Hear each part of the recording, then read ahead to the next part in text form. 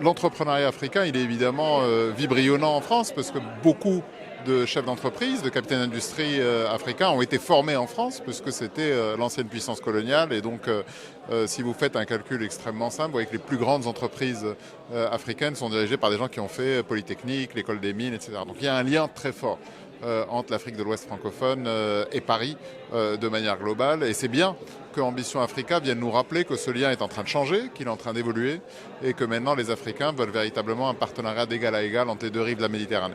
L'Afrique, elle est au cœur d'une double révolution, de celle de la transition écologique et de la transition technologique. Sur la transition écologique, c'est l'Afrique qui a le plus grand réservoir de foncier disponible pour pouvoir faire du solaire, pour pouvoir faire de l'éolien. Elle a un taux d'exposition au soleil qui est beaucoup plus important qu'on va avoir en Europe, par exemple. Et donc, elle a la capacité d'être ce réservoir d'énergie pour l'Europe à travers des câbles, à travers de la connectivité. Sur la technologie, c'est également un pays qui est un réservoir très important d'un point de vue purement physique, puisque les terres rares dont on a besoin pour fabriquer des téléphones, pour fabriquer des ordinateurs et des écrans, une très grande majorité de ces terres rares se trouvent en Afrique.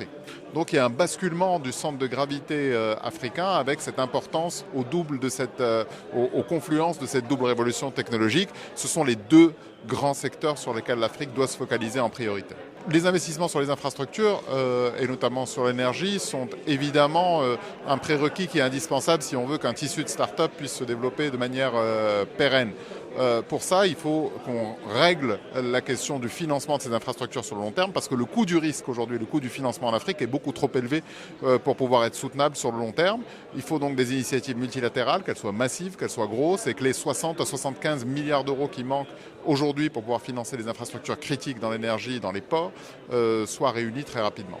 De toute façon, c'est une réalité à laquelle on ne peut pas échapper. Il y a de plus en plus de femmes qui sont dans le monde de l'entreprise, de plus en plus de femmes qui sont diplômées, pas uniquement des métiers du soft, parce que le paradigme d'avant, c'est qu'on avait des femmes qui étaient dans les ressources humaines, dans la communication. Maintenant, elles sont codeuses, elles sont ingénieures, elles sont dans la tech. Et surtout, elles comprennent les besoins de ce marché particulier, qui est le marché de la féminisation du tissu économique partout en Afrique. Elles sont évidemment une grande partie de la solution.